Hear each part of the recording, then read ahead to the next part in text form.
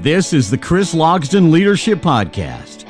On this show, we discuss all things leadership. The show's mission is to lead, inspire, and equip people to be greater today than yesterday. Now, here's your host, Chris Logsdon.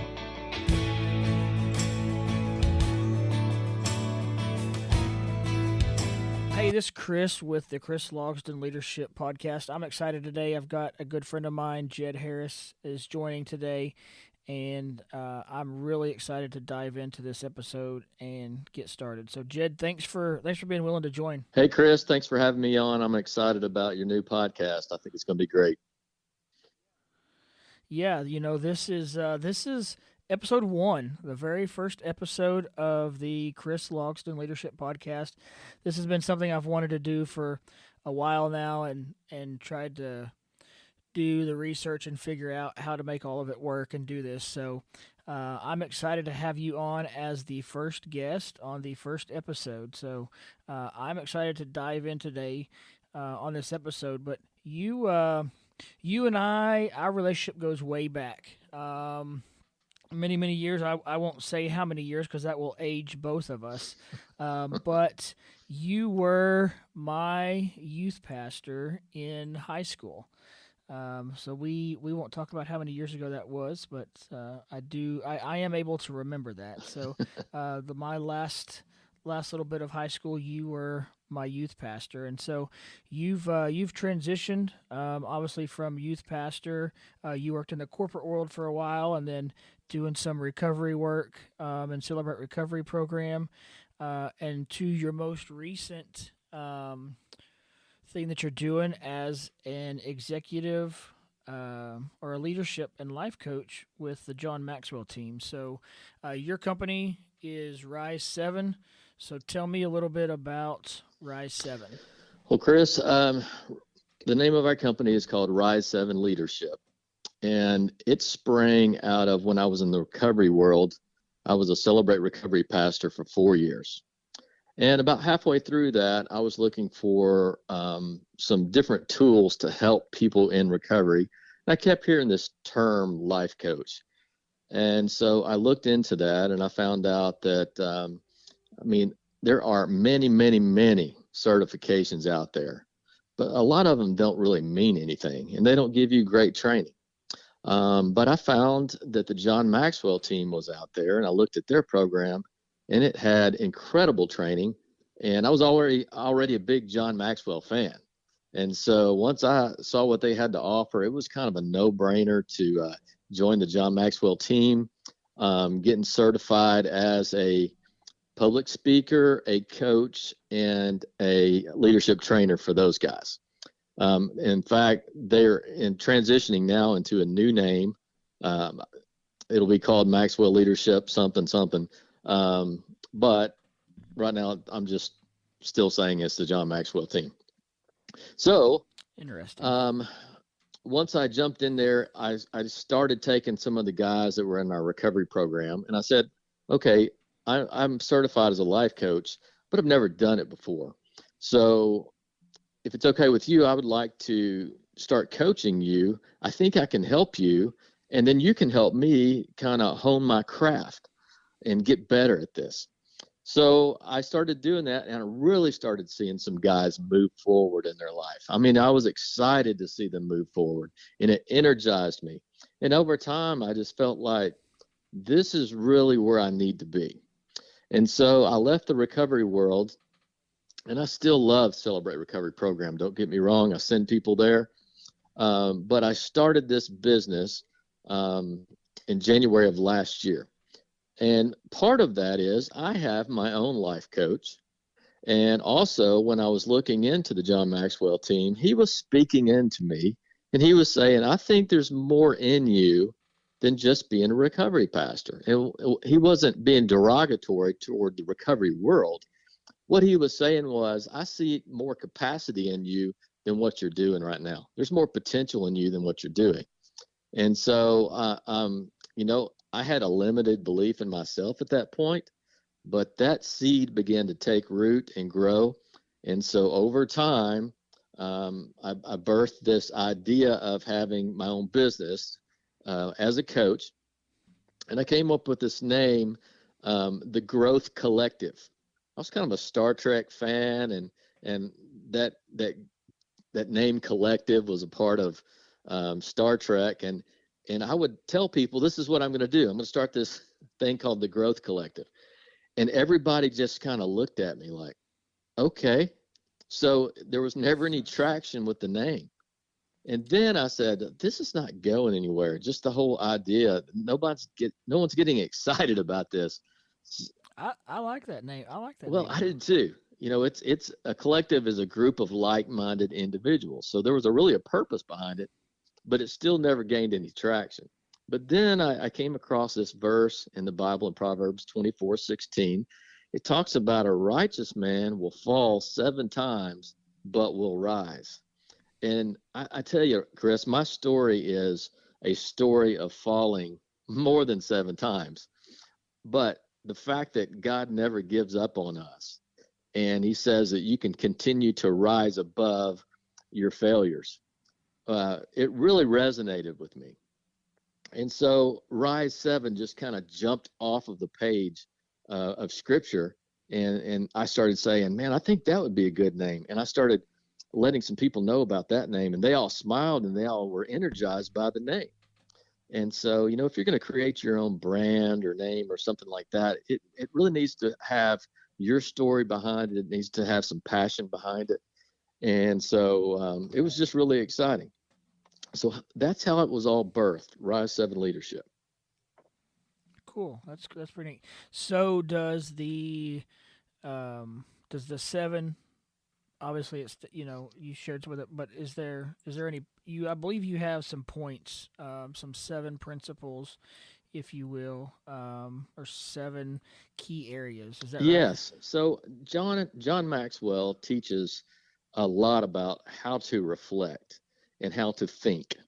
And he recommends us finding a place that's kind of out of our comfort zone and just sitting and taking a notebook and writing down our thoughts. And so one day I decided I was going to drive over from Silent Springs, where I live, to Rogers, Arkansas. And I sat down in a coffee shop and I did exactly that. I took my notebook out and I just sat there and I began to think. And I started hearing in my spirit, add to your faith. In other words, grow your faith. Well, I mean, obviously, as a Christ follower, I'm supposed to do that. But then I heard in my spirit, grow your family. In other words, grow your family relationships. Okay. And so I'm just jotting these things down. Then I'm hearing grow your friendships. And I had been to counseling many years ago where I had a counselor that really recommended me investing in my friendships better. And so that was kind of a foundational thing. Well, I'm sitting there and going, all right, all of these things are starting with an F. So that's kind of cool. Coming from the Baptist world, where Baptists always have 3 points and they all start with the same letter, this was working out pretty good.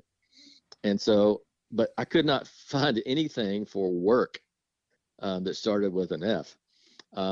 But I came up with the word fulfillment, which really resonates, because if you're going to spend the majority of your life doing something, you certainly should be fulfilled by that. And that's what you're doing with your work. Right. I mean, you're grinding it out 8 to 10 hours a day. That should bring great fulfillment in your life.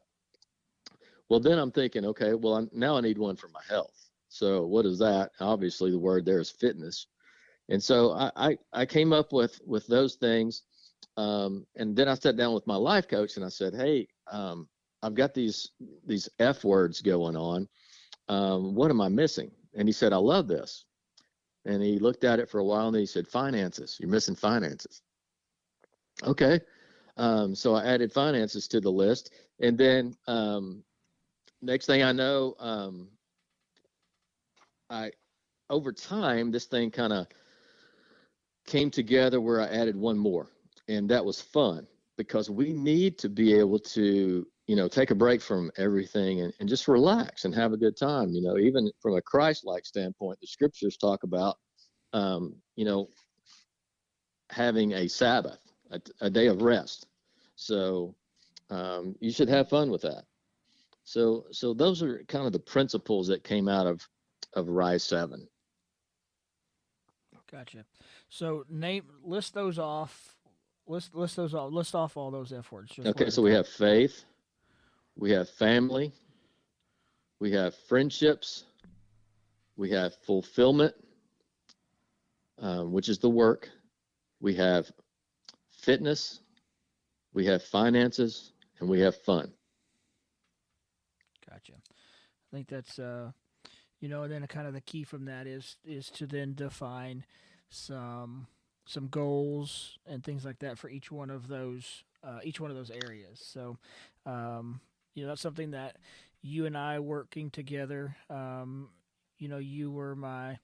mentioned earlier you were my youth pastor back when I was in high school, and now as my life coach. So it's kind of gone full circle of those years, and it's been fun to kind of sit down and figure those things out. I know for me, but for people that are listening and were like me at one time, and everybody's heard of the word, of this term as an executive coach or a life coach or personal coach, and I really had no idea what it was, because when I sat down and started trying to figure that out, I spent a lot of time researching what do successful people do. What aspects in their life do they have, and how can I add to that and different things. And so one of the things I looked at, that everybody that I read about, a biography or whatever else, they all seem to have a life coach. And so for those listening that don't know what that is or don't understand that, can you share a little bit about what is a life coach or a personal coach? Sure. So Gary Collins actually gives a pretty good definition of what a life coach is. He says it's a person who guides a person or a group from where they are toward the greater competence and fulfillment they desire. And so a life coach is really a forward-thinking person. What they are doing is they are helping you create your own growth plan for your future. Now, with Rise 7, I challenge my people to create growth plans in those 7 areas. Because unless you have a plan, it just doesn't happen. It happens like, one of these days I would like to do this. Take, for instance, I really enjoy national parks. And back probably 12, 13 years ago, I made it a point to try, every time I go on a trip, it's to hit up a national park, a national monument, a national something. I just really enjoy those.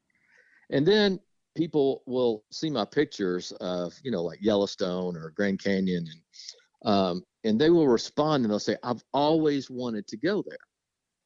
Well, they've never really wanted to go there because they always go to the same place. A lot of these people, they go to Florida and they rent the same house, and they go there every year for like the last 10 years. And so they're saying, I've always wanted to go there, but they really haven't. Because if you really want to do something, you have to create a plan and some action steps to make that happen. And so we teach a lot about intentional growth, which is all about creating a plan, knowing the why of why you're trying to get there, and creating a plan on what this looks like in the next 30 days, 60 days, 90 days, year, 3 years, 5 years, 20 years. And so if you're goal oriented, at the end of the 6 months, you either attained your goal or you didn't. When you're growth oriented, then it's a lifelong plan. So if you go back to something like fitness in my Rise 7 fundamentals, the reason why fitness is important is if I am to add value to people, if I'm to give them what I have to offer, then I need to do that as long as I can. And I can only do that if I'm taking care of this personal vessel, my body. So it all kind of fits together, if that makes any sense. So yeah, most definitely. A coach is really forward thinking. Gotcha. So before you and I reconnected, and really, I hate to use the word that I hired you as my life coach, because I hate to use that word, like, that you're hired help or whatever else. But, just before we really joined together, I guess, in that sense of you being my life coach, I was familiar with a mentor, and I've had some mentors, I feel like, over my life. But so people that are familiar with the mentor, is that not really the same thing as a life coach, or is there a difference? And if so, what is the I difference? would say that there's a distinctive difference. I'll give you an example. In my own life, I had a great mentor in sales. I was in the material handling world. I sold forklifts, and my boss was just incredible. And so basically, for 2 to 3 years, we would make sales calls together, and he would do the majority of the talking because he knew the majority of the answers, and I was still new and I was still learning, and so I didn't. Um, but I noticed that over time, it shifted from 80% him to a higher percentage of me doing the talking. And eventually he kind of walked away and let me do all the sales calls by myself. So a mentor basically says, look, come beside me and I'm going to rub off on you. Just watch what I do and it's going to translate into your life. Um, and mentors are great. And I think everybody should have mentors in whatever workplace they're in or whatever craft that they're trying to learn, whatever career path. Mentors are very important. Then the question becomes, well, are you kind of like a counselor? Um, with counseling, most of the counseling, you're kind of looking back. You're trying to dig out the roots of your issues. Some counselors are forward thinking, but most of it, best that I can tell, is looking back and trying to unpack the whys of the struggles that you may have. And so then you have teachers, and the teachers are, listen, I'm going to give you all this information and you just learn this information. And all of these people have good roles in our lives. But there again, the life coach is focused more on future. Where are you going? And they mainly do this through a series of questions. Basically, they're saying, Chris, within you is the answer to your question. I'm just going to ask deeper questions until you create the plan verbally out of your own mouth, and then you can put it on paper, and then you can start moving in that direction. If that makes any sense. Yeah, most definitely.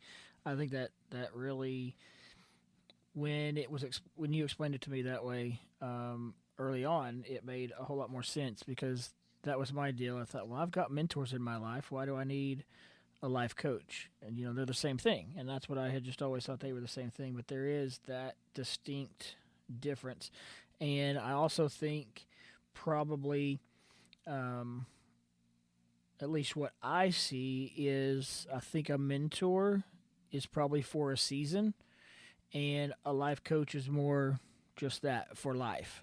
We're going to have different mentors come in and out of our life depending on where we're at and what we're doing. But hopefully, once we have a life coach, we have that same life coach, throughout the rest of our life. Yeah, I think a person who really connects to a certain kind of coach can have them for a long season, although some coaches may be just for a short season. Some people come in with one focus. I just want to deal with this, and I want you to coach me through this process. That might be like a 6-month time frame and move on.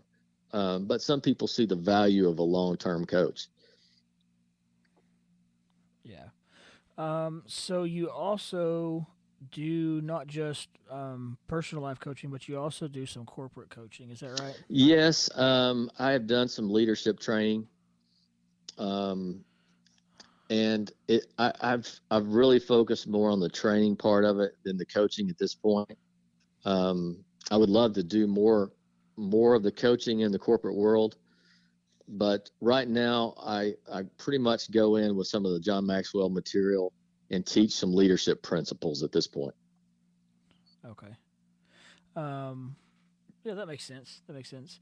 That may be in a better way to ask that question, is some training and not coaching. But so Now if you mind me jumping in, Go ahead. I will tell you that some companies, when they focus on training, a lot of times what they're teaching their people is the systems of their company.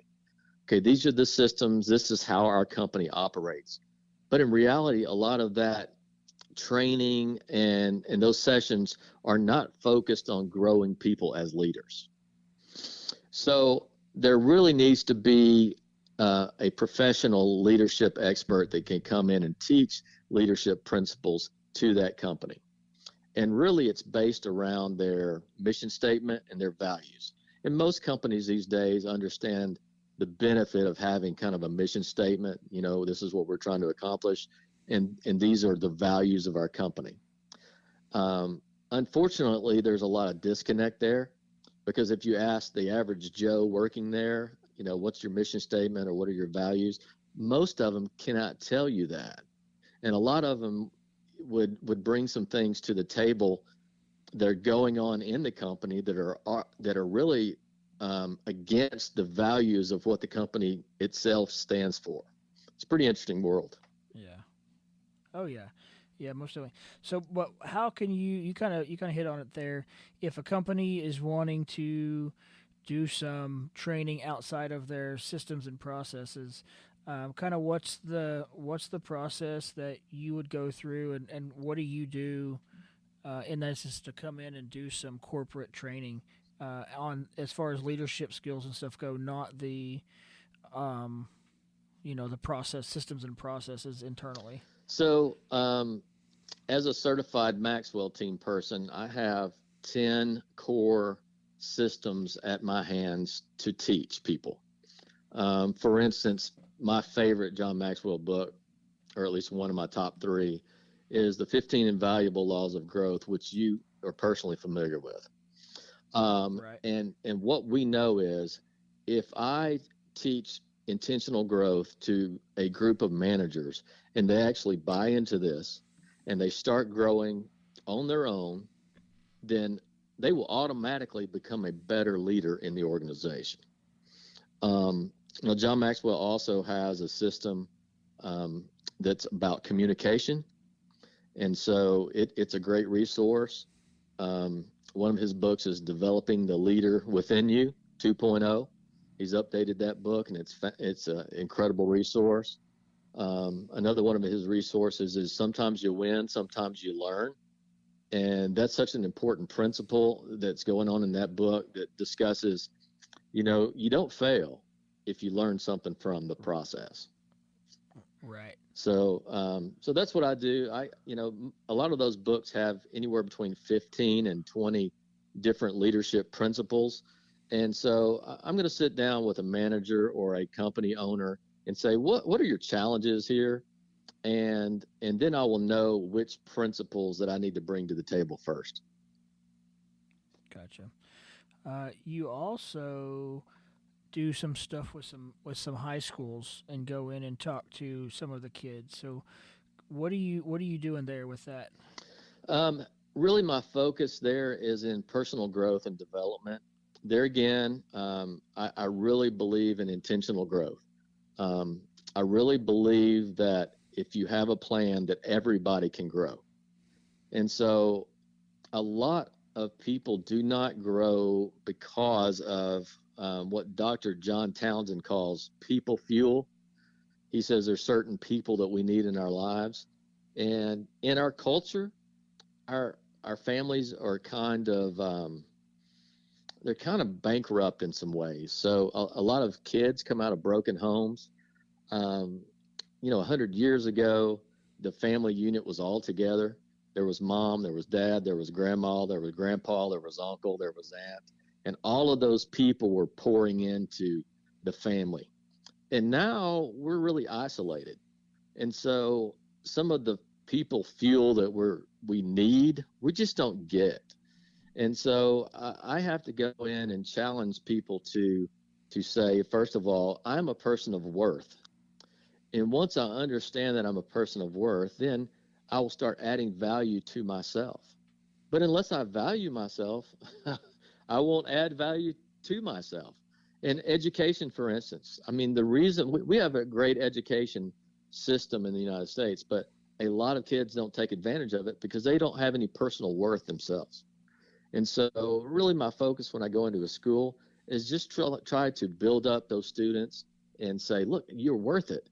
And if you're worth it, you'll add value to yourself. Right. So are you going into the public schools, private schools, some of both? Right now, I've had the privilege of being into 3 public schools that are fairly local to my area. And okay. I've partnered with one of those that I'm going in monthly. And then the other 2 I've been a couple of times. Okay. All right. Sure. So in my next episode, in episode 2, I'm going to have a good friend of mine, and we're going to talk, have a discussion. He's an author. He's writing a book, and he is an avid reader. And so just talk a little bit about how you see the significance of reading for the personal growth and development process. Is that important? Is it not important? What's your feelings on that? Okay. Absolutely important. First thing is we know that successful people, and if you wanted to put a number on successful people, it would be the top 3% of the money in America, or even in the world, maybe. And these people, on average, spend 10% of their income in personal growth and development. So they realize, what do I have to offer? It's me, and I need to offer the best me that's possible. And so to do that, I have to grow. So a lot of these successful people will have an executive coach, a life coach, a nutrition coach, a fitness coach. I mean, they have a whole host of things. They will go to conferences, they will go to retreats, and they will read and read and read and listen to podcasts and such. So we are in a society now that just doesn't read books anymore. And I find it very valuable. I mean, I probably read 35 to 40 books every year. My goal every year is to read 1 a week. But it's been several years since I've been able to attain that goal. I'm right. Like everybody else. I get kind of glued to the phone, and I start reading, articles and things on the phone instead of reading books. But I would say that the books are the most important thing. Yeah, and I look over here at my bookshelf, and I've got. You've seen it. I've got a ton of books over here, and I keep adding to it. And I was kind of the same way. I had a Kindle. I would read off my Kindle and my iPad, and I found myself when I did that, or even reading on my phone, drifting away. Up, I would get a notification here, a notification there, and I would drift away, and then I'd get sucked into social media stuff. And so I have really gone away from reading on any device and actually just picking up the book and reading it. And I feel like there's a difference in that. I could read a book in the Kindle app and I could highlight that, but when I have a book in my hand, the actual book, and I read and I highlight with an actual highlighter, there's just something more to that. So I have used to be a reader, and then got away from reading, and I've gotten back into reading again, and I really do enjoy it. So I feel like I know who the author's going to be of yours, but tell me and I probably have a good idea of what would fit in your top 5, but give me your top 5 books for a reading list, and it can either be currently reading, hope to read in the future, have already read, but just the top 5 books that you would recommend to our listeners that's on your reading list. Okay. So the first leadership book that I ever read was back in the 90s. A pastor that I served with recommended it, and it was the 21 Irrefutable Laws of the Leader, Dr. John Maxwell. And so I was fascinated by that book. It was a game changer for me. And that's where I became a Maxwell fan. And I would say out of my list of 5, I would say that's a biggie. The one I mentioned earlier, 15 Invaluable Laws of Growth. I have taught that over and over and over again. I love that book. The John Maxwell Leadership Bible is a great tool. John says that everything that he ever learned about leadership came from the Bible, and he just goes through Scripture and highlights leadership stuff in there. So it's a full Bible, but it's got leadership points. It's just a great tool. One of the great leadership books that I had read several years ago was by Bill Hybels, and it's called, I believe it's pronounced Axiom, Axiom. And Bill Hybels is a guy who has had some personal struggles since he's written that book, but it doesn't discount the truths that are in that book. And as you know, as a Rise 7 guy, I'm all about lifting people up who have fallen down. So Right. I'm never going to be critical of somebody who's failed, because I've done so many times. And then one of the books that I'm reading currently, so I usually am reading a book on how to be a good dude, how to be a good man. And the one I'm reading right now is The Dude's Guide to Manhood, Finding True Manliness in a World of Counterfeits by Darren Patrick. And it's been a pretty good read. And so, I have some of those foundational books that I will read again that I mentioned earlier. And then I'm always reading something new. I mean, my wife I kind of get on her nerves because I have like stacks of books. I'm probably reading 20 or 25 books at a time, but Yeah. I've got mine out in my office, so I just have them on. I bought a bookshelf, and then it was a smaller one, and I quickly filled it up. So now I have books on the bookshelf, and then I have books stacked in front of that on their side. So I need to. I'm gonna end up probably building one here for my office and make it from like floor to ceiling. Is probably what's gonna end up happening. So I had set a budget for books for the year, and I quickly went through that in about 2 weeks last year. So I don't know. I got to figure something out. I love that. We remodeled our house in 2013, and for 25 years I wanted kind of a wraparound bookshelves, and I was able to do that in one of the areas of our house. So I've got 3 walls of books. Cool. Love it. So. Yeah, that's cool. That's cool. So moving away from the books, for me, I'm on the road a lot. I do a lot of traveling, and just for my work and everything else, my business, I'm on the road. And so I have actually gotten away from listening to the local radio station. I couldn't tell you what the newest up and coming song is on the radio. I listen to the podcast. So I've got my favorite that I listen to, but I'm curious to know if you do listen to podcasts, which ones, what you would put on your top 5. Hopefully by the end of this year, this podcast, the Chris Logsdon Leadership Podcast, hopefully that'll be at the make it to your top 5. But tell me your top 5 podcast recommendations. Of course, John Maxwell Leadership would be number 1. I listen to that one the most. What's great about that is you can go online and they have a handout that goes along with each podcast. But it's a great show. I really enjoy the Andy Stanley Leadership Podcast.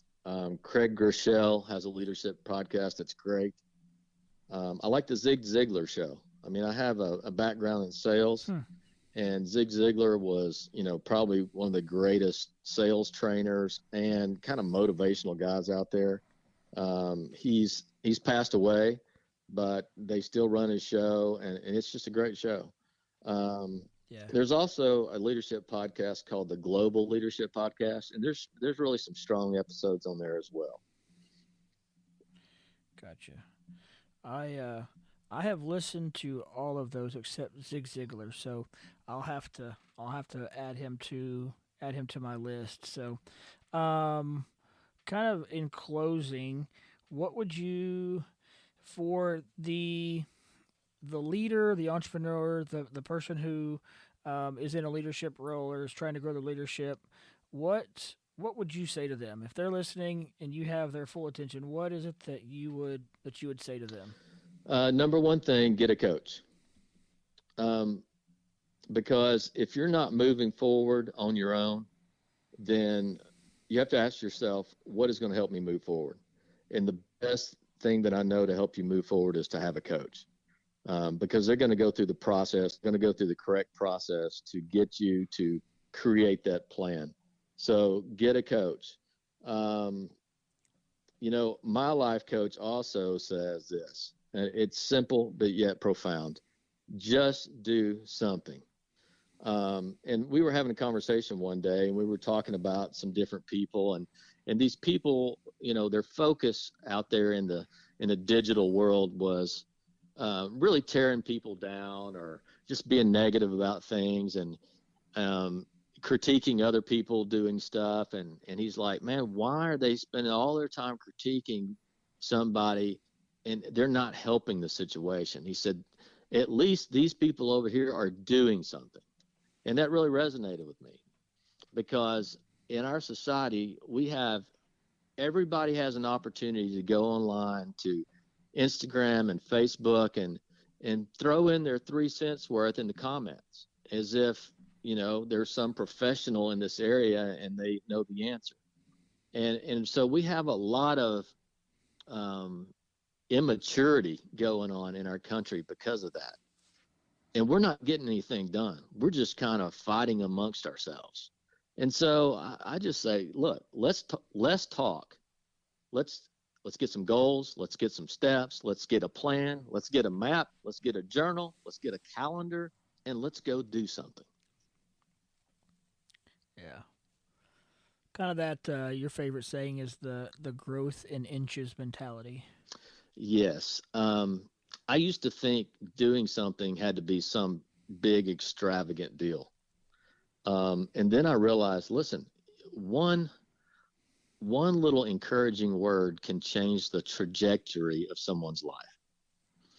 And so if you will daily look for those opportunities to simply add value to someone's life, then you are doing something. That is growth. I mean, when you wake up and say, okay, here I am. What do I have to offer the world? And let me go make a difference. Let me bring some hope to people. Let me be an encouragement to someone. It will make a difference in someone's life. Yeah, that's good. Anything else you'd say? Man, I think we covered it pretty thoroughly. Okay. For those who are listening and they want to learn more about you and Rise 7, and possibly getting with you about life coaching or even the corporate training, so how you're not real big on the social media, so how can people get a hold of you and reach out to you? Well, I would say right now, the easiest way to contact me would be through Facebook. I'm not on TikTok. I have a personal Instagram, but my business has a page on Facebook. It's just Rise 7, the number 7 Leadership. And I also have a private group, and people that are listening, you guys can join either one of those.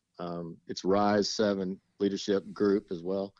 And so you can follow me there. You can private message me, and I'll be happy to contact you about, doing something for your organization. Sure. So, obviously, you are in here in Arkansas. So, for the person they listen all over the United States, all over the world. Are you able to do the life coaching with somebody remotely, or are they going to be? Do they have to be local to Northwest Arkansas? No, we're in a Zoom world, so we can definitely do something remotely. And because of the pandemic, everything has kind of shifted that way. But I do believe this. I do believe that face-to-face is the best way. And I'm not talking about a screen.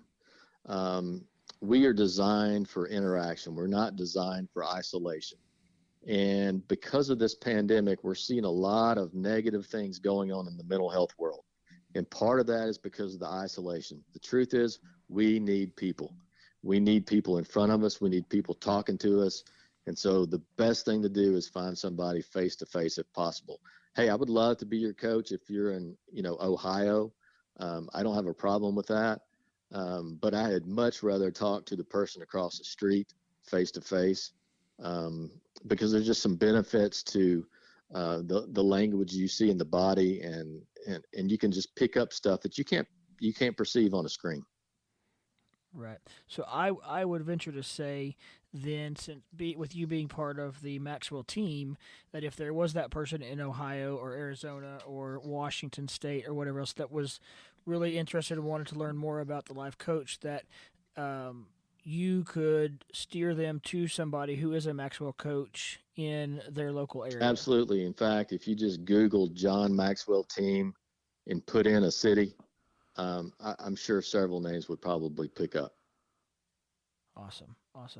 Well, Jed, thanks for your time. I hope that you, as a listener, got something more out of this. This whole purpose of this podcast is just kind of another avenue, another extension of a way for me to just live out and accomplish my life mission statement, and that is to lead, inspire, and equip people to be greater today than yesterday. And so I hope that by listening today, I hope that something that was said, something that was shared, did lead you, inspire you, or equip you to be better today than you were yesterday. So thanks for listening, and you guys take care. Stay tuned for the next episode. Thanks for listening to the Chris Logston Leadership Podcast.